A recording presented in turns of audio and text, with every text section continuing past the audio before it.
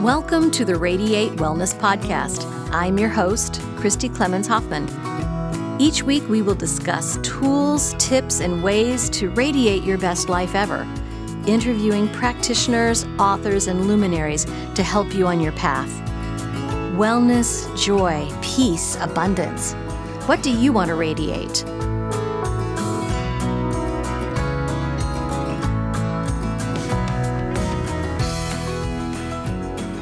Hi, and welcome to the Radiate Wellness Podcast. Today, we radiate self-expression with Marie Jenkins, a graphologist. Is that the title? That is correct. Are you a certified graphologist? No. Okay, that was actually, I told you I had a bunch of questions for you. Sure. And there are lots of questions having to do with that. So, first of all, we met at the Casey Metaphysical Fair. That is right. I enjoyed that very much. Very much. How many times have you done that fair? This will be my third time. I'm sorry. This is third time, yeah. The third time, right, because I know the first time I thought, now, how is a graphologist fitting in with metaphysical? But it was great. And, I probably should explain. Graphology is handwriting analysis. That's right. It's interpreting handwriting. Interpreting handwriting, yes. So it does kind of fit with the metaphysical in terms of self-knowledge, learning about yourself through an esoteric way. Exactly. So it actually was a great fit, and you were booked the whole time. Pretty much, I really enjoyed it for my first time introducing myself, and that it isn't something from a Ouija board or something you learn in court, but it does give you insight into your personality and your characteristics. That's what I found to be very successful with the group. Right. And how long have you been doing it? Oh, probably 50 years, maybe. Oh, my Lord. Yes. So you started when you were 5? No, thank you very much. I really appreciate that. No, would you like to know how I got started? Yeah, how did you get started? When I was 15. I'm from Oregon, and I went to a state fair. And at the state fair, there was this great big computer, and it said, write your name on this little sheet and stick this sheet into the computer, and it's going to tell you about your personality. So I proceeded to do that, and when I got the results, I wasn't quite really happy with it because it said I didn't have much going for me. I should give up. So I challenged it off. I was only 15 years of age. How dare something tell me that? So I decided I was going to find out, so that's how I started. Oh, good for you. You're saying, I'll show you, computer at the fair. Exactly. Just a machine couldn't tell me what I did. No, couldn't at all. And yet there is something kind of like mechanical about our handwriting. So Yes. I found out that people's handwriting did kind of show their personality a little bit, so I started studying at the library. In Kansas City, Missouri, there's over 350 books at the library. What? On graphology. Wow. Aristotle and Socrates started it. Really? Way back when, yeah. Oh my gosh, yes. Right, that's interesting. I had no idea. It is the only thing that's going to make you immortal. Oh, tell me more about that. You're very welcome. I'd be glad to. Everything that you do in your life requires your signature. Right. Okay, when you get married, when you get a divorce, when you have a child, when you go to the hospital, when you sign a paper for your house, car, anything requires your signature. Right. The most important things in your life require your signature, so why shouldn't it be representative of you? And it lives after you because all the paperwork is left with your signature, and that's how they say it is from you. Exactly. Only. So it's the only thing that is left after you that actually describes you, is it not? Yes, absolutely. So, you go to the Hall of Records, and you could have records dating back to the early 1800s. Exactly. And that is proof that you existed. It is really neat. When I was about 20 years of age and I was in Europe, I went to the graveyards. And on the tombstones, people wrote their name. Oh, really? Before they passed away. It was on their tombstones. And it was amazing just studying the signature of those people to find out a little bit about the person that was in the grave. Oh, interesting. Well, absolutely. So that ties back into, makes you immortal, doesn't it? It does make you immortal. Yeah, I love going to graveyards. I do too. What country was that? Because I've not seen that. I've been in 7 countries. Okay. Over there in Europe. I studied in Europe. Oh, for 3 years. Studied graphology in Europe? Yes. Okay, so this was one of the big questions I had, is where do you study this? Who's training? Who is Well, teaching? I studied it through actual doing it. I was with the military. I wasn't in the military. I was with Special Services, and I worked in what they call the Service Club. It was the largest service club in Europe that we had. It was attached to the military. And we had over 3,000 soldiers, and they'd come into the service club to do entertainment and to have things. They'd always check out things. Like the USO. Like a USO. I did help USO shows and things. But when the people checked out their instruments, I looked at their handwriting.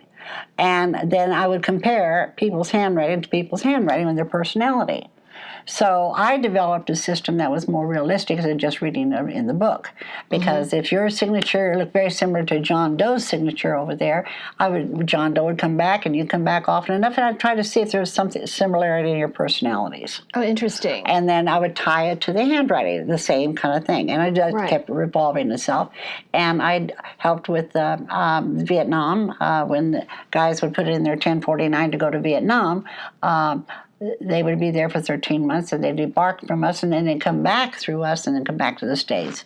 And it was amazing, the difference of the boy that left and the man that came back in their handwriting, in the development of themselves. It was very educational, and it was probably... And then I worked with a couple of psychiatrists that's in helping them, interesting. looking at their patients' handwriting that were not really serious handwriting, but just personality quirks. And what I would do is I got familiar with a couple of them, and I got fairly good at what I was doing. So I would talk to the person, look at their handwriting, tell them about themselves, and then I'd put it on a tape recorder. And then when they take it, they'd go in and see their therapist, and the therapist would play the tape recorder back to them. Therefore, it opened up the doors to have more conversation than just saying, hi, how are you, starting from scratch. Oh, yeah, totally. So that advanced their thing, and one reason why they could spend $300 for 3 visits. Otherwise, they get bored because they couldn't get past the hall. Hi. It is kind of a shortcut, isn't it? It is definitely a shortcut. A shortcut. And then one of my questions that I had for you is it possible, you talked about comparing the signatures, is it possible to forge someone's signature so accurately that it will pass a graphologist? What is interesting, there's 2 ways to go in handwriting. One is finding the change that you're making in yourself. Let's say, i.e., that you see someone's handwriting, you think, oh my gosh, that is really neat, I'd like to do that. So it's making a big circle for an over, let's say, and you like the way they do that. Yeah. Well, you'll start to do that, but it won't be comfortable. You'll have to force it. Right. Now, that really means that there's a change going on inside you, or a development inside yourself. Yourself is telling yourself, hey, I'm changing something. Because you're changing from the outside, her, or the person's handwriting, like that. Right. So then you're going to put that in you. Now, it won't become natural for you to make that big circle until the change is complete within yourself. Oh, interesting. Now, that's one way of doing it. Another way of doing it is there's certain symbols, like in shorthand, you learn, there's certain symbols that represent certain things. Let's say that you have a compulsive thief. And it shows in their handwriting that they leave certain things open, so it's possible that they are more or less in that nature. So you require them, every time they make that, if it's an open A, you require them to close the A. And I'm just saying that as an example because I don't want to give too much information. I'd rather you all discover your own selves this way. So They close off the A. You force them to do that. That forces a reaction from the hand to the brain, forcing that particular type of symbol to change. Interesting. Now, do bear in mind, for every action, there is a reaction. Sure. Not necessarily is it good. Sometimes what is good in here is not good when it comes back out because it lacks something else. Because the brain is only capable of handling so much at one particular time. It has to have a chance to grow. Okay. So are you saying that changing the handwriting can change your personality? Can add or subtract. Yes, it can. It adds, not change your personality because your personality has a base to it. Okay. It's growing. It grows, right. See, okay. When we're little kids, we grow. We start growing, okay? Course. And then as we develop, like for instance, let's say when you're doing the handwriting of a kid's just learning cursive, all right? Right. Okay. So that is being trained. He's training. There's training the mind. The handwriting goes directly to the mind. Okay. As he gets older, his personality will start coming into his handwriting. It'll show a little bit different than what is in the book. Right. So, in my opinion, since I've done it for so many years, I've done at least 9,000 men and 5,000 women's handwriting, and it's just osmosis anymore. The more variance your handwriting differs from what you learned at school, the more personality is expressed. Sure. Oh, Okay? Of course, yeah. So that is a way that you can actually learn yourself in this growth. As it is changing, you go, oh my gosh, look at it, it's changing. Well, my goodness. And if you stop and think about it, you'll find out that there's something that you're wanting to change in your mind. Oh, yeah, of course. Right? Now, and so that brings up a question. So, like, what might a signature at 9 years old and then the same signature at 36 years old, like, what would stay the same? What would change? You have a base in everything you learn. You learn math, there's a base, and then you go to calculus, right? As if I'm understanding correctly, you have a base handwriting, okay, which is what you're taught, and then as you grow, so will your handwriting grow as well. Right. It should. Right. The more variance your handwriting, as I say, the more personality is showing. That is when and then you get to you start a learning stage, and then as you grow from the learning stage, you grow to I am me, and then sometimes there's a we, but it comes to a point that you're no longer a student, you become the parent or the teacher as well. Okay, so when I look at someone's handwriting, it seems like they're in their 30s or 40s, and it's very similar to what it was in school. What's happened? They've been taught most of the time. They haven't had a chance to really develop their own personality. Oh, I see. Okay, so in a case like that, would you suggest that person that they get out and do something on their own, right? But you don't just jump into it, because your handwriting has to change on a gradual base as your personality grows. Because it's going to, right? But if you jump it from one to the other, you have calamity, Jane, right? So in the process of that small little changes, it gets cemented if it's over a longer period of time. So let's say the big circle, from the small circle to the big circle, okay? And the big circle comes, and it's easy for you to make the big circle, then you know the change is complete. And pretty soon down the way, hopefully you're going to find out, let's say you pass a big monstrous test in school, or you got your driver's license, or whatever the case may be. That's a big mark. So that's going to show a difference in your handwriting as well. Sure. Okay? And then if you look at your handwriting on your license 10 years ago. Very, very different. You should see a difference, shouldn't you? All right? Things that show in your handwriting are disappointments, pain, lack of self-esteem, all of those things. The thing I've noticed, difference between men and women, and this I prefer doing men because they're more open and honest. Women are self-deceiving. Not all of them, but the majority of them, we try to hide behind something. The man is willing to say, I made a mistake. Generally. A woman has a hard time admitting that to herself. So when she has a hard time admitting that I screwed up, or whatever the case may be, she can't correct it. Okay. But a man can say, I made an ass of myself, so I'm not going to do that again. Automatically locks it in, he's not going to do it again. Where we have a repetitive thing oftentimes as women, because they can't necessarily can't. They have a hard time admitting that they're at fault, and they take the blame for things more, and they're more on the more subjective mode of self-doubt, where a man goes the other direction. So it's easier to see a man. There's an old saying that's really quite unique, I think, and then you tell me when I should shut up. But you can judge a person by the toys they play with. Sure. And they have. When we're little, we're growing up, and we find that when we do something well, parents give us a present. Oh, I'm going to give you this, I'm going to give you that. We get a treat. Little treats, right. When we get older, who's doing that? We're doing it ourselves. Yes, hopefully we do.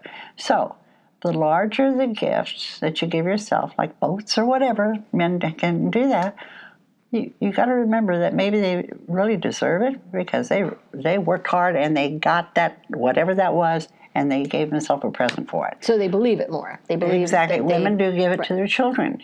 That we do. Right? Yeah. And our grandchildren, or whatever the case may be, even the husbands. We put ourselves last instead of first. Men generally, I'm sorry, I think, put themselves first, and that is a way of building self-confidence. Interesting. Because they reward themselves for everything that they do, so therefore they're not going to go back. Well, and that makes sense because often when asked to help out around the house, they expect to have some sort of recognition for emptying the dishwasher or folding clothes. Exactly. But the woman, does she? No. No, she doesn't even get thank you after she works all day and then kind of comes home and she gets a marvelous meal, they eat and they go to bed or whatever the case may be. There's no recognition. Right. So I think we're maybe used to it, but the point being is we shouldn't be necessarily used to it for ourselves. When we do something for ourselves, we do something for ourselves and it's been a success. Right. Let's go out and have an ice cream cone, man. Let's go do something just for ourselves to cement that. And that shows up in your handwriting because that's cemented. Do you follow what I'm saying? Oh, I see what you mean. Yeah. Well, we're getting kind of off of some of the questions I have. We're going into like some really interesting territory, but and so how does handwriting cement our personality traits? What is it about handwriting per se? Do you think that cements our personality? Well, your brain, your handwriting is an extension of your brain. Okay. So whatever comes out in your hand comes out in your brain. We have had people where they have had, let's say they were right-handed and then their hand was cut off. Right. Okay. Give them about 3 years later and look at their handwriting from the left side. It'll be very, very similar. Oh, interesting. The same with your feet. If you had your hands cut off and you couldn't write, but you write with your feet over a period of time, it's going to look the same as well. Because it is an extension of the brain. Right, okay. So that cements, that's what's cemented. Now, we can look at ourselves and look at the change in our handwriting on a weekly basis or whenever you feel, oh my gosh, I don't like the way my handwriting looks. That's the symptoms. Hey, I want to grow. I'm doing something. My mind is doing something. Right. We look at the signals, and you can look at the signals from what you're changing by the way you're doing your handwriting. If you see a little teeny change in it that wasn't there normally, you're the one who'll notice it. Oh, alert yourself. Be more patient with yourself because you'll probably find yourself to be a little bit more skeptical on things or irritable because any kind of change has a tendency to have a reaction. And when a change is oftentimes confusion. Change is oftentimes emotional, right? So those things you find yourself during the process of making a change, and that'll show in your handwriting. Oh, interesting. Very interesting. So you can feed yourself from the outside in. Right. You know? Yeah, you can. You don't necessarily know, but it's very easy to find somebody who's in the process of buying a new house or somebody who's in the process of getting a divorce or whatever through their handwriting. Right. Because it's not consistent. There's got to be a little bit of a change in there. Depending upon what they change, the symbols that they change in their handwriting. Well, and it sounds like the inverse may be true as well, that you can fake it until you make it. So maybe study a confident person's handwriting, a successful person's handwriting, and then try to emulate that. Is that possible too? If you do a little bit of copying somebody's handwriting, is usually, if you're trying to copy somebody's handwriting because you don't like your own, you're trying to tell yourself you're making a change, aren't you? Right, yeah, that's true, that's true. See, so I was thinking, well, like if I found out, and I have no idea if this is true, so if you're listening, don't try this, but it's like if big swirls are the sign of a confident, successful person, and I thought, okay, I want to be confident and successful. Could I make those big swirls in my handwriting and then kind of fake it until I make it? Well, basically, that's very true. You're obviously trying to make a change, and you found what you want to make a change on. Okay, so as I said, that's not going to be comfortable. You can fake it. Right.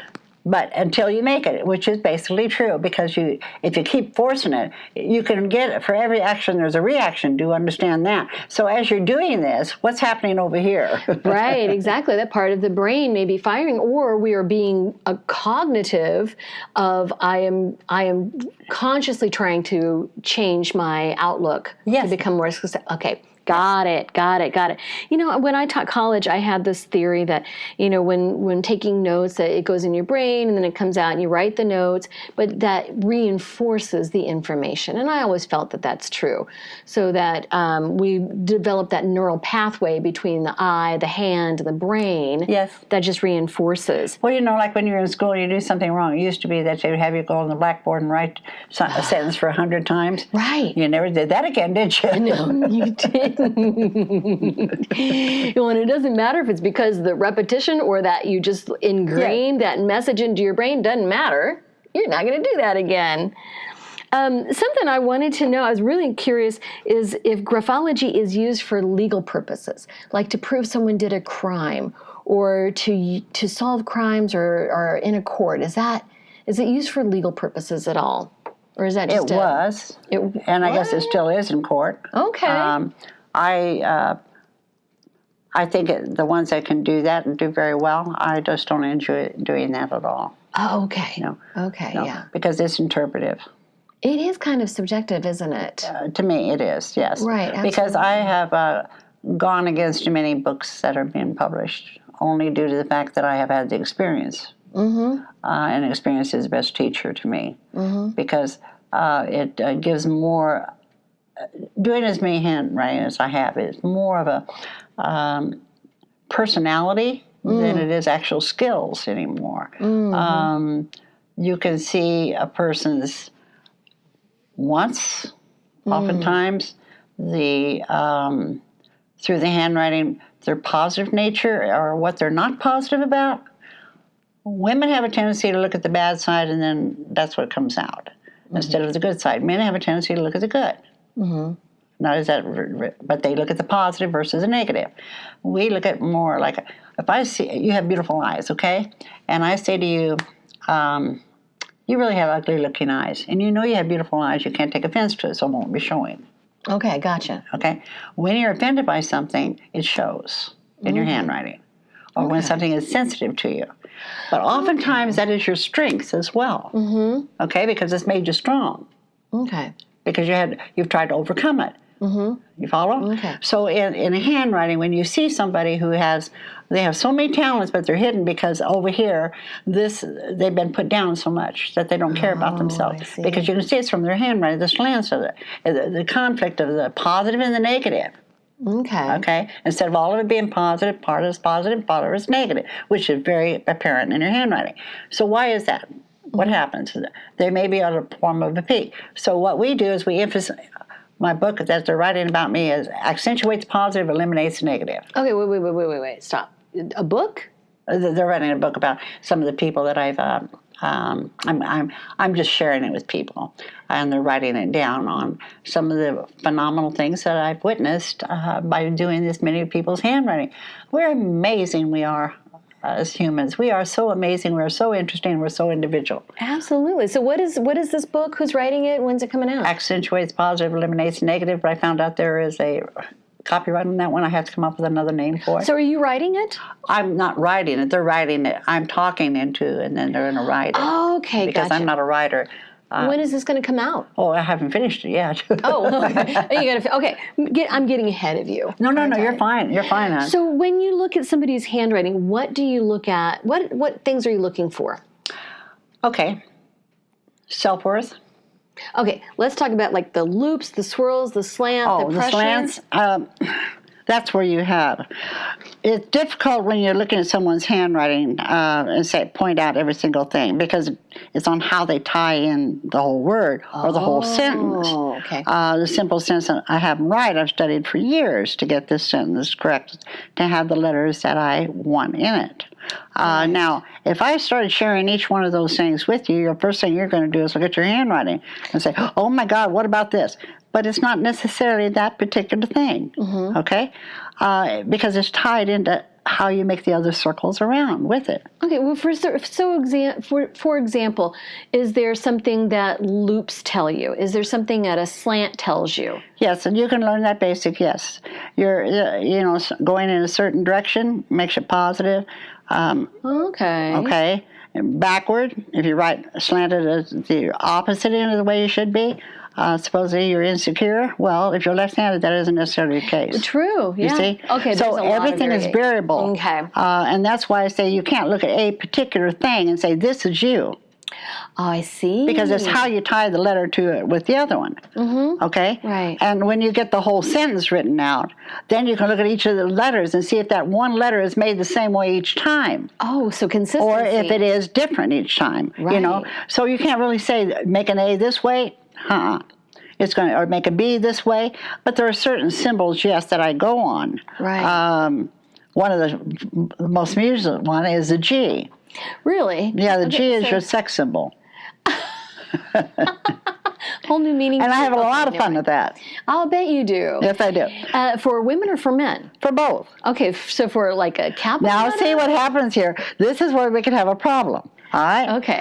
Because if I tell you, okay, you do this and that shows this, you like sex or you don't like sex, or you do this, et cetera. Well, you could change that the next day. I could change it, right? Exactly. But do you look at, so when you look at G for the sex symbol, are you looking at the lowercase or the uppercase? Both. Okay, gotcha. One represents one side, the other represents the other. Okay, gotcha. Yes. One side represents a male, one side represents a female. And the consistency of the couple, you just don't make one G, you make several of the, in what I'm looking at, to see if you're consistent in your thinking. And an open G or a closed G, or one that looks like an 8, or one that makes it backwards. You can tell, oftentimes lesbians, gay people, their sexual preference, you can tell through that. Oh, I had an experience where I did the vice presidents of a major corporation, and there was a whole bunch of them, and there was like maybe 20 of them, and this was in Chicago. And after it's finished, I went to talk to the president, and I said, "Hey, you just took over this company, didn't you?" And he said, "Yeah, how do you know?" And I said, "Because they have consistently changed their identity as far as being a male." Okay, say that again? They're positive in their thinking. Right. Now, see, it's more than just the sex act itself. It's the gender, too. Okay. So they were this company was taken over by a larger company. Okay. And these are all the vice presidents. They told them that this is now changed over. Within that short period of time from the change and looking at their handwriting, these men have gone from being looking subservient to being aggressive to being authoritative. Oh, interesting. Trying to jockey for their position. Because they were taken away from that one company that treated them like that they weren't worth anything, to a company that gave them their respect. Oh, interesting. And that was through their handwriting. You could see that. You could see that. Oh, what? And that reminds me of a question. Do you ever, or any graphologist, do you help companies with hiring decisions? Definitely. I used to do that quite often. Quite often. What type of companies? The most fun were insurance companies. Oh, why is that? Yes, they're salesmen. Why is that? And also car dealerships. Really? Those were the two most interesting. Okay. Why were they interesting? Because of the oftentimes how they're misplaced. One of them I did, it was the general manager of a car dealership. It's out in California, and he had 12 salesmen. Well, I did his handwriting, and he was fairly new as a general manager, and so he wanted to have a thing as a salesman. So we went in, and it's kind of fun to do it this way. All of them were together, and I had them write a simple sentence on a sheet of paper and put it in a hat, and I drew it out. I described the individual, but I didn't say who it was. Okay? And it was up to the people to tell me who I'm talking about. All right? No negativity. So the ones that were, you could tell, that were not in the following of the group, that were left out, they felt a little bit more because the positive was actually shown to him. And that's one way to do it. But I found out through that you have certain types of individuals that rather relate to, from the handwriting, the aristocratic, because their handwriting is very powerful, okay? Right. And you have the other ones that are kind of meek. Right. All right. So you take the aristocrat one and give them to a Ford Motor Company, or let's say a used car, or do you put them with a nice brand new car? Right. Just common sense. The one who's, not really feeling that secure about himself. Right. Do you want to put him with somebody who can intimidate him? No, you put him with people who are used cars. Well, they have them screwed up. Oh, interesting. Okay. So what I would do is, I would say, okay, now, point out to the salesman that this guy's better in used cars, this guy's better in new cars, et cetera. So when a used car came in, if the new car dealer or whatever it is, if the guy who sold good cars got the draw on it, more expensive cars, right? give them over to them and split the cost. So that way you have a better chance of having a whole group successful. Huh, interesting. Then do you ever help people decide who to hire? Definitely. Okay. I'm semi-retired. I'm just doing this for fun now. But I would remember, this was way back when, but when you filled out an application and there would be a space there to say, why do you think you're qualified for this job? You'd write it in. Yes. That would be turned over to someone like me. I was wondering about that. And what happened oftentimes, from what I understand, they would take my word for what this guy was good at what he did, if he was honest, all the things that they wanted the guidelines for. Well, that's fine, except for the fact that one most important thing is that they left out who they'd be working for. So what I would do is I would ask to be interviewed, or look at the handwriting of the person they'd be working for. Because you can take the most qualified individual. Right. And really gung-ho. But his manager needed to have somebody look over his shoulder. He had to look over his shoulder. But the guys didn't like that. Right. So there'd be a conflict. So he wouldn't get the production out of them. Right, exactly. So what I would do is I would try to match the manager and helping him pick his employees to match his personality.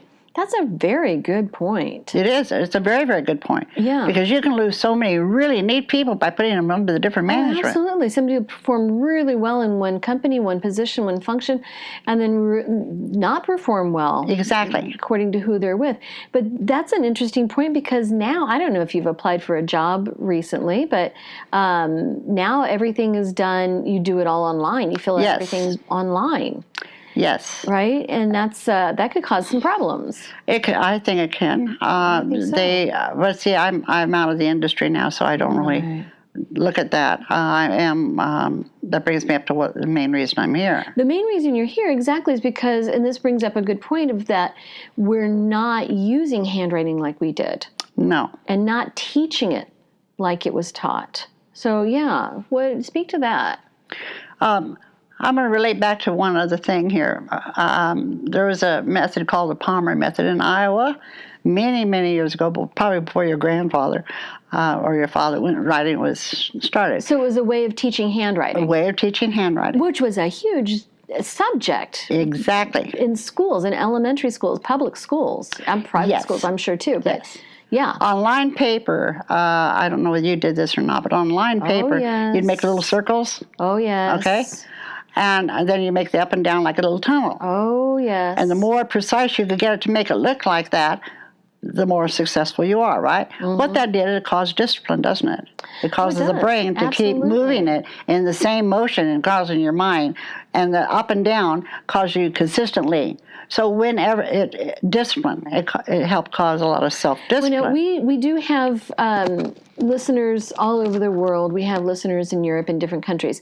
And so for them, handwriting is still taught in a particular way. So I just want to define how we're speaking of this Palmer method. I remember the big cheap tablets that we used in school, a tablet of paper, and there were red lines to mark the lines, and then halfway through there was a dotted blue line. Yes. And that was supposed to be the midpoint of all of your letters. And so for Americans, and maybe Canadians, I don't know, but at least for Americans, that's how we were taught that F's were supposed to go up to the top of the red line, then extend below the second red line, and the middle of it was to go to the dotted blue line, and the A was only to Precisely, go to exactly. So it was so prescribed. Okay. And that is training the mind. Right. It is training the mind to That's what it's doing. How to form the letters. Right, exactly. But what it does is not just form the letters, but it forms the mind, too, to follow through on stuff. Right. Oh, you know? Okay. Interesting. And the thing that I found quite interesting is the people that were in there, let's see, they're probably all gone by now, but let's say your grandfather, when he wrote, if you may have only gone to the 4th or 5th grade of school. Right. For most people at that time, 8th grade education was all you needed. Very. Both of my grandparents, all 4 of my grandparents only had an 8th grade education. And if you notice when they start writing, they write it on a sheet of paper, they'll put the pencil in their hand, and then they'll wait for a minute before they hit the pencil to the paper. Oh, interesting. But they'll make a circle motion before they do that. Oh, interesting. What that is doing is basically going back to when they were kids, following through on that. So what they're doing is they're formulating a thought pattern as to what they're going to say, and by the time their pen or pencil hits the paper, they know exactly what they're going to say, and they don't hesitate. Oh, interesting. So they formulated in their brain already what they're going to do and say. Right. And during that time frame, only a handshake was necessary, not necessarily paperwork. Right. Interesting. Because it's been followed through. If you give, you have to follow through on something. You have to follow through. It's discipline. And it's also now today, it's a way that we can self-express. Let's say that you print everything. How do I know yours from John Doe's over there? Mm-hmm. There's no distinction at all. So your personality is the same as his, isn't it? It's going to be judged the same way. It's not judged on your own individual base. Mm-hmm. And therefore, your handwriting or your printing is exactly the same no matter how old you are. You may get smaller, but it's exactly the same. You may write it faster. So there's no difference between you and John Doe. Well, now, a point that I've noticed is that, I love to go to old bookstores, love to go antique stores, etc. You see postcards, old letters, to me, to my untrained eye, all the handwriting from, like up to maybe the 50s looks so similar because they were all probably taught this Palmer method. Hi, this is Christy. I just want to say that we here at Radiate Wellness hope you're enjoying this podcast. It's free to you, and we hope that you find it informative and inspirational, heck, even fun. We have just 3 small asks of you to help us radiate growth. First, please hit the subscribe button on whatever platform you're listening on. That way, you'll receive a notification every time that we have a new podcast episode out. Next, please give us a thumbs up, a like, or a 5-star review. If you're feeling inspired, a positive review wouldn't hurt. These 2 small things will help others find us when they're searching for great podcasts. Finally, please tell your friends about the Radiate Wellness podcast. Better yet, show them how to find us and how to subscribe. If everyone did that, we would double our audience. Thanks a lot. We really appreciate it. I know, too, for Europeans, I have a hard time distinguishing 2 people's handwriting from each other because it's so prescribed. So how would you, have you worked with older handwriting, like the 1800s, early 1900s? I'm old enough that when I was young enough, I did get to do the older people's handwriting before they left us. And I found all over the United States because I was in the process of doing lobbying, so they traveled me around. Sure. And I was in the phase of still in the process of learning. The message that I got from people's handwriting was just phenomenal as to, it's hard to actually pin it down, but once you've done it for so long, you just look at the handwriting and you can see what that person's about. Their honesty, their care, their spiritual, their analytical, their love for life, these are just some of the things you can get in a personality from looking at someone's handwriting. Whether they want to stay know everything that's going on today. Right.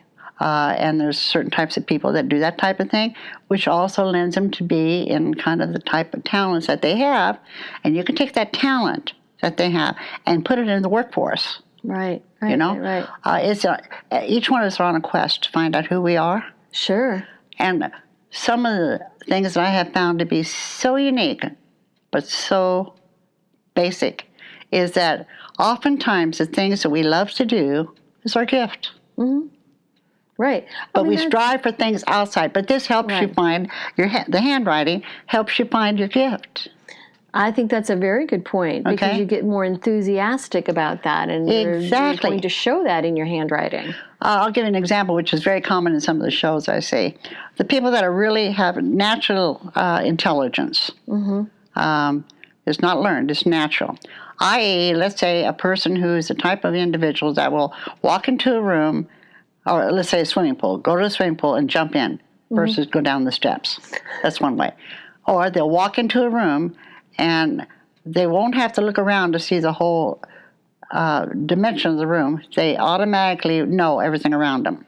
Okay? Right. And that is in their handwriting. That shows very strongly in their handwriting. Okay. Oftentimes they'll go in, they'll start their sentence or their name right in the middle of the page versus over the left or the right. Okay? So that means they like to take chances. Boom, they're right there. Okay, those type of people are oftentimes troubleshooters. Oh, okay, right. Okay, because they immediately when they walk in, they can look around and survey the territory. Right. Okay, so that means that there's certain types of positions that's good for, right? Right. There's also some people that cross their T's in a certain area that show that they like to take risk. Sure. Okay, and if they like to go into the middle of the pool and like to take a risk, don't you find them that they're practically could be policemen? Sure. Right. Anybody who requires a lot of stress in a short period of time. Financiers. Procrastinators are another one. Mm-hmm. People oftentimes, they procrastinate, which means they don't finish their sentences.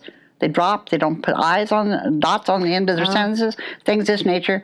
They just don't, they're engaged in, right? Right. Okay. So when they put that off, oftentimes their mind shows that they activate more than 90% of the population in 10% of the time. Pilots. Oh, okay. Okay? Because it's routine. Right. Except for that 10%, right? That you hope you never encounter. Which you hope you never encounter. But they're there. They're Johnny on the spot kind of thing. Yeah. And that shows in their personality. Oh, I can imagine. So if they're the type of person who has these two things in their personality, I'll lay you odds that they have always wanted to be, if they're not, in security or in some form of protection of people. Right. Where it's boring, terror. Exactly. And boring. Right. Goalies in soccer. Yes, My daughter's a soccer player, and she likes to play goalie. And she's like, it's so boring, and then it's like you get action all of a sudden. So that's interesting. And so, my mind is just firing with these implications I had never really thought about, because you were talking about how, an entire generation, maybe you talked about the Palmer method, an entire generation of people that were taught to be disciplined, to know that handshake was your word, and there was going to be no variation. So that being trained through the handwriting to the personality of an entire generation. And I have a master's in linguistics. I don't know if you knew that. No, I didn't know. And so I know that studying languages, there are certain things that are incorporated in the personality of an entire language group. Like in the German language, you have the verb first. They're very action-oriented. Exactly, yeah. Right? And then in Japanese, it's the verb comes to the end, and so they're very patient. So that's a real simple example, but I can see how, I wonder what's happening with today's generation, for example, that we don't have the stress on the Palmer method, the handwriting. What changes do you think? I really want I don't exactly know how to put this. Well, I know you and I have talked about this before, how you would love to see handwriting taught again in the schools. Definitely. Yeah. Why do you feel that's important? Because it's a form of identification and self-expression. Very, very. It's like music or anything else, but it is a form of a child actually looking at something he did. that he is the only one that can do it. Right. Yeah. It solidifies something inside him that I am. You know, Right. and as he grows, it's like drawing a picture of self-expression. Yes. Okay. Handwriting will give him his own self to take pride in himself. I'll give you an example. This isn't exactly handwriting, it's before handwriting. But my son's a redhead, and when he was like 4 and 5 in school, he had to draw stick figures of himself, okay? But he would put a red halo on top of his head. Sure, to signify the red hair. Identifying himself, okay. As it grew, the children, instead of having stick figures, they'll put fingers Right. and feet, eyes, nose, and mouth, all right? Right. Now, the more the child learned about himself, the more distinction he puts in his picture, Right. okay? Blacks at that time were drawing at the same time. African-Americans. Were drawing the same thing as stick figures, but they weren't filling in anything. Oh, I see. And then Michael Jackson came out with the afro and the glove. And within a period of about a year and a half, those little boys and girls had black hair, afros, they had gloves, they had eyes, because they got self-identification. Right. And they took pride in an themselves. identity. So thank God we had that. You know? Right, no doubt. So no doubt. handwriting does the same thing. The more a child puts in his hand, I could put a little circle at the top of the smile or whatever. Right. Okay. Little hearts, little daisies. Exactly. Right? It's showing self, I am, and I feel this way. The self-expression, he's showing you by putting that, or if he's when his handwriting is real dark and, heavy, then that means there's probably a problem within that child. Probably so. See, all we have to do is really look at what our children are doing, and the way to do that is through their handwriting. I was wondering about that. How much you could tell from a child because their handwriting is not fully developed yet? But you're saying that you still can tell Their emotional level and their intellectual and their self-esteem shows as they grow. Interesting. And of course, as we grow, hopefully, we get more sophisticated in our handwriting. Right. Yeah. And develop it. But as we start as little kids, the more that they can get out of their hand is the only thing that really expresses themselves. Literally, is something that they've done. Right. That they make. That they Nature do. didn't take over that; they did it. Right. And that's why it's so important. And as we grow, expressing our handwriting, and as you say, you won't change your print because you think it's somebody else's print's better. It's print, it's the same. But when you do handwriting, you can see that, I like the way they made that zero. Then you're going to express it yourself. So it's self-expression. And the more you know about yourself, and the more you do handwriting, and the more from an earlier age you learn to go from print to cursive, the more personality you're developing. True. Well, I remember the days when I was in high school, we would write our papers and most of our assignments by hand. And, got to college, everything was typed. But, my daughter, she's 12. She's already typing all of her work, or most of her work. And she has beautiful handwriting, just beautiful handwriting. But so much of their work is written on the computer. It's turned in on Google Classroom, and I think that's just the way that all kids are right now. Well, let's say you have 3 or 4 kids, and they write a paper.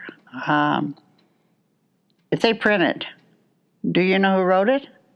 If they write it, do you know who wrote it? Right, exactly. Exactly, self-identity. Exactly. I mean, it could have been copied and pasted. It could have been plagiarized. Who knows? And that could come through in a child's mind too. It's like, how much effort do I have to put into this? I could copy and paste. Could copy and paste, Right. As a college, I also taught college, and I had to go through extensive work to find out if something was plagiarized. Self-identity is the biggest thing. Okay, let's say that that's why court has it. That's why they go to court, and they have a graphologist come in and look over to make sure this belongs to Joe. This is Joe's handwriting. Right. It's his self-identity. Right. So even in court proves it. It's so like why shouldn't we prove it to our children that you have your own identity? I love that. I absolutely. So how would you teach kids to write then? How would you like to see changes made and how they're taught to write? All we have to really do is to look at what we're doing. It's self-explanatory. Okay, well, yes, but explain more. Okay. A teacher, if they're given by the time they're 5 and 6 years of age, they're given crayons to play with, all right? Sure. And some of them will make circles and some of them will make squares. That is already a form of identification right there, right. Which is the open door to put circles, to write their name, help them, and then say, that's you, honey. That's you. Mm-hmm. That's me. That's me. That's not somebody else. That's me. Right. So that automatically starts a child to learn a little bit about themselves. Yes. And they'll be going home and telling Mommy, that's me. Mommy, that's me. Okay? And as they progress a little bit more, that's me. Okay? Mm-hmm. That's all we have to look at is what is it doing to the child to encourage the child to grow, to encourage the child to look inside themselves, to find out what they're made of. Mm-hmm. Not to copy somebody else, but to find out their own ingenuity, their own creativity, their own well-being. Well, their own way. Exactly. Their own and way in by life. being able to say, that's me, right, is quite a compliment, isn't it? That's an accomplishment. It is. And it leads the child to see themselves as an individual. And then there's this whole push-pull, right brain, left brain. Maybe I'm nerding out a little too much. The left brain, of course, seeing how we're all connected. And then the left brain seeing how we're individual, and the right brain seeing how we're all connected. And but we are all unique. And it'd be really neat is if they taught this in teacher school. Right? When teachers are getting their certification, to have at least something to really stress how to bring out the individual, how to bring out. It's easier for a teacher to read print than it is to read writing, as we all know, right? That. So it's not something that necessarily, unless they realize the importance of it, right? It's cheaper for me to learn to do this. Well, and I tell you, we met at the Kansas City Metaphysical Fair, and we have people sign up for our email list by a giveaway. We'll have them fill out a little slip. You put your name, your phone number, your email address, and you join our newsletter, and you'll be entered to win a prize. And so it's right on there. Please write legibly. Exactly. We can't notify you if we can't read this. But, I've just negated their personality. I'll give you an example. How important your handwriting is. One of my clients was Hallmark cards. Oh, I was a Hallmarker. I worked for Hallmark for full time. You did. And now I'm back there teaching meditation, and I'm doing Reiki in the medical department. Fantastic. At Hallmark. Right? Okay, so anyway, proceed, please. I had to work with the designers. Oh, yes. Oh, yes. And I think I worked with something like maybe a total of 17 designers. Oh, I'm sure. And about 14 of them were left-handed. Oh, yeah.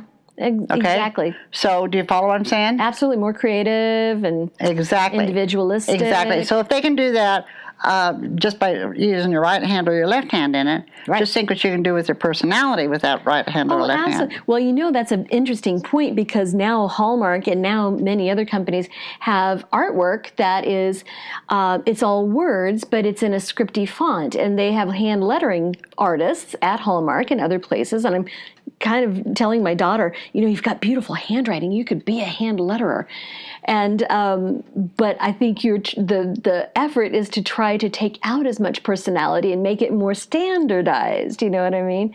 But it'd be interesting to just to take some, like a hand lettered card or a piece of like a pillow that's got hand scripted font on it. And so let's say that you're a type of person who procrastinates everything and you want to follow through. Yeah. Oftentimes you look at your handwriting, you're dropping like R, A-R-E. With an E, you drop, instead of it circling upward, you drop it, and you're doing that consistently with all the end of your words. Pull it up. Interesting. Okay. Follow through. Follow through. Force in the brain. It Follow is through. force in the brain. Follow through. But remember, for every action, there's a reaction. So we don't know what the reaction is going to be yet. Interesting. What do you think the reaction would be? Overdoing. Okay. So, yeah, okay. Do you follow? Following through. Follow through. Now, let me ask you about this, because I noticed that when I am writing, I don't know if it's I'm thinking ahead. I start to write the wrong letter and then have to go back and kind of go over it to put the right letter in. Because I'm kind of thinking of the end of the word. You know what I mean? It's like I'll write like a T, R, and I'm thinking the next, and then I'm thinking of the end of the word. And I start to write an S, and then it's like, no, it's not an S. It's supposed to be an I. So then I have to kind of go over it. Yeah, I tend to get my letters jumbled up when I'm writing. Is that Have you noticed during that time frame when you do that, you're under a lot of pressure? Well, yes, as a matter of fact. Mm-hmm. Okay. Do you follow what's happening to your brain when you do that? Totally. I've got 10 things on my mind at any given moment. Okay. Now, oftentimes in your handwriting, it'll tell you whether you can bounce 3 balls in the air or only 2, or you can bounce 5. By the way you divide your letters. So if you're writing a sentence, okay, right, and there's breaks, like let's say you write 3 words and then there's a break before you, and then you write 3 more words and there's a break, okay? Oftentimes that means that you're supposed to not handle more than 3 things at one time. Oh, interesting. Because the brain has to take a little break. And of course, I talk about this in my mindfulness classes at Hallmark and TBH and teaching meditation. So, all right, need to just like pound that in my brain. But see, it's amazing what we can tell ourselves when we look at ourselves. Isn't it? Through our handwriting. That is so interesting. It truly is. It's a fascinating subject. That's why I say that's the book that that has been written on the people that I have met, on the things that they have accomplished by doing certain things and finding out certain things about themselves. And it came from their handwriting. Wow. Well, our resident astrologer, Mary Jane Stoedman with Radiate Wellness, she's written a book, Desire and Design, about charts, astrological charts of famous people. And it's fascinating to see how their destiny was in their chart. I want to read your book. When it's out, I'll have you on again. And so I want to see how famous people's handwriting might show with their personality and their desire. The person, yes, and definitely. Their intensity. And Adolf Hitler was an interesting person. Oh, very, very interesting. And so if someone wants to become a graphologist, if someone wants to study this, is there a school? Is there a certification process? Is there a book? There's all kinds of things you can do. Okay. To become a graphologist. Right. First, an interest. Right. You have to have a strong interest. And like you learn shorthand, right? Okay. Well, you have to have the patience to learn handwriting as well, because everything has a symbol. Everything. Well, and there's so much study and so much experience that goes into it. You'd better be liking it. Exactly. Okay. The thing is, with myself, I believe it's a form of expression. Sure. I don't believe I think everything is variable in handwriting. Personalities are changeable according to your mood level. Sure. Not personality, but the mood changes. Well, the personality will stay the same predominantly. Right. The base of your handwriting will stay the same. Right. But the upper part can go forward or backwards or sideways, whatever. All right. So when you study, you need to study the base of it so that you can understand where the person is coming from, not just their mood levels. Right. So you study the base rather than the variations. Exactly. Right. Okay. And that gives you a solid base to start with. And then their moods you can come into. Look at your own handwriting if you're interested in finding out. Take your own handwriting and then go down and get a couple of books. Oh, go on the internet. Oh, sure. And check yourself. I believe in doing self-awareness first. Right. Okay? So check yourself at maybe your driver's license back then and what you're doing now. Right. And then go on the internet and check out what's the difference between the two. You look at that, and then you go on the internet and say, okay, I'm making my zeros different than I did here. What's happened? What's happening? And it should tell you a little bit about what's happening. Oh, very, very interesting. So is there like a certifying board? Is there a licensing There is a board? certifying board if you want. After you get to a certain level, yes, you can become what is that certified. called? It's certification. Graphology certification. Is there a board? Is there a name of the board that grants this? I don't know. I'm not that.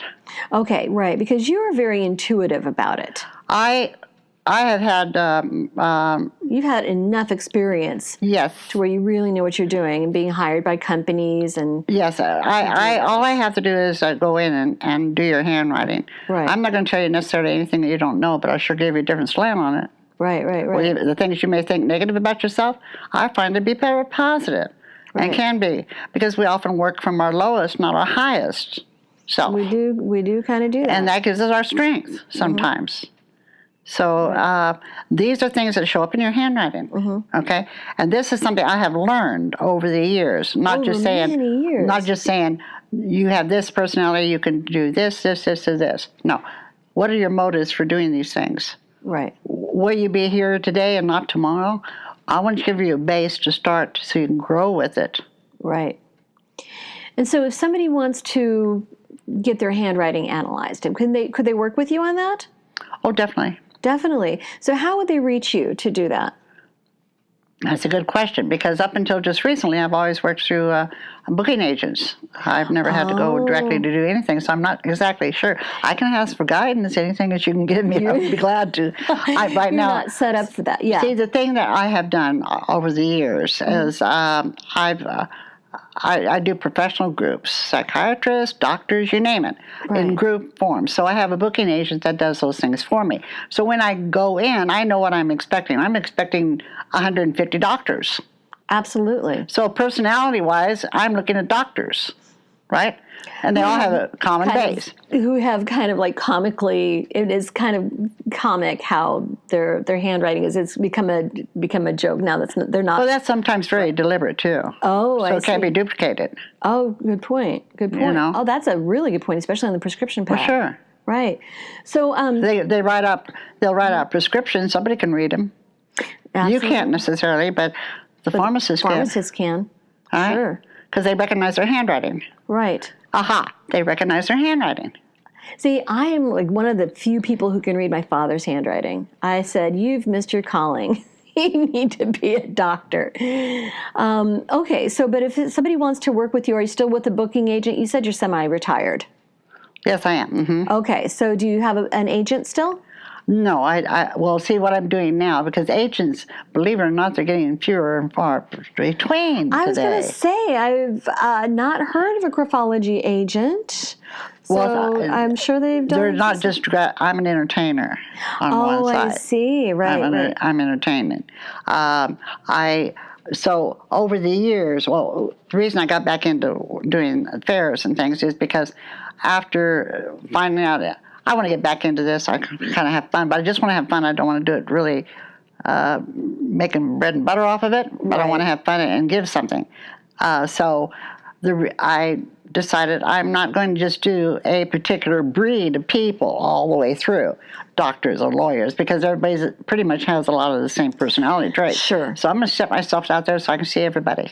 So, but you're going to be at the KC Metaphysical Fair, right? Yes. Yes, I certainly am. There's another fair coming up here in Kansas. Of course, unfortunately, people have to be. Oh, you're going to be at PRS as well? Okay, so for those of you in Kansas City, you are in for a treat. The PRS fair is, do you happen to have the dates? October, what is it, this 17th, 18th, and 19th? That sounds about right. Let me get it. I've got it on my phone. That's the National Guard Armory, isn't it? The 18th, 19th, and 20th is the PRS Fair. That's the Psychical Research Society Fair. It's at the Kansas Armory in Wyandotte County. Go to radiatewellnesscommunity.com/events for those exact dates. And then KC Metaphysical.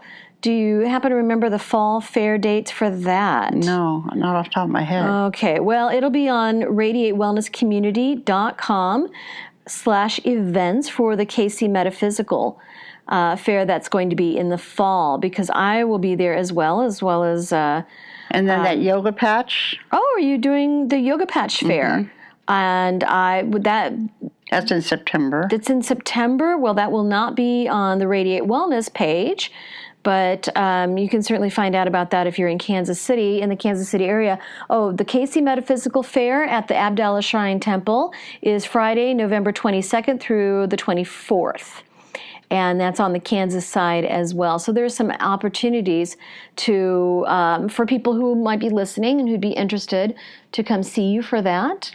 And I know your rate is really reasonable, and it's a lot of fun. What the heck, Well, the thing about it is it gives a person a chance to find out a lot of the talents that they don't know they have. I think so, too. That are natural talents. Right. It's a good self-discovery tool.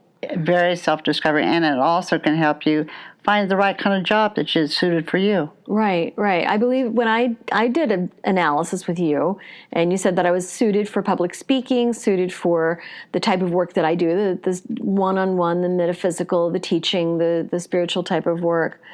Yes. So it was interesting. It was very interesting. So Marie Jenkins, thank you so much. I want to say one thing. Please say one thing. We all have something about ourselves that makes us unique and special. Yes. Our job is to find out what that is. Yeah. And we already know what it is. It's being able to take the courage to express it. And that's what I love to help do. Yes. And that's why we're radiating self-expression. That is wonderful. Marie Jenkins, thank you so much for being my guest today. I really enjoyed this. Oh, me too. Good.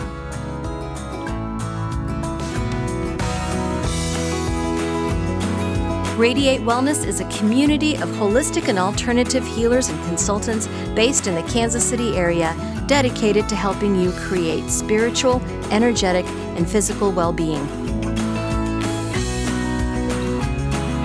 To learn more about our practitioners, services, classes, and events, or to schedule an appointment, visit us at radiatewellnesscommunity.com.